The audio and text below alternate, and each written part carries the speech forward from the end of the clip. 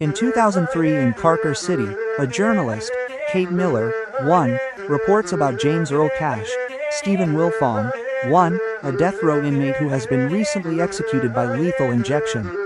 However, Cash was only sedated, and awakens to an unknown voice referring to himself as the director, Brian Cox, 1, who gives him instructions through an earpiece.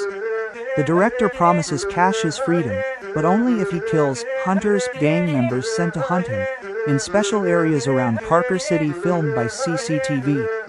Cash is first pitted against the Hoods, a gang of dangerous criminals and corrupt police officers patrolling an abandoned area of the city. After eliminating them, he is abducted by the Cerberus, the director's personal security unit, who take him to another part of Carker City.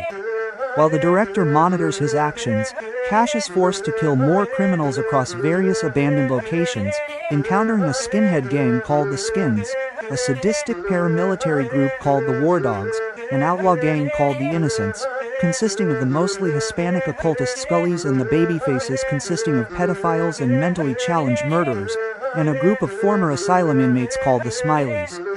Eventually, the director betrays Cash and, after ordering his family's deaths, tries to murder him as well, as part of his film's climax. Cash survives the trap, and escapes after vowing revenge on the director.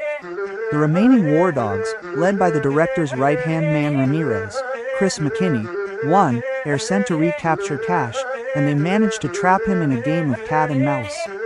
Cash prevails and kills Ramirez and his men, before being rescued by the journalist reporting on him, who reveals that the director is Lionel Starkweather, a former film producer from Los Santos who produces for a snuff film ring. The journalist has acquired enough evidence against Starkweather to get him convicted, but needs Cash to escort her to her apartment to get it.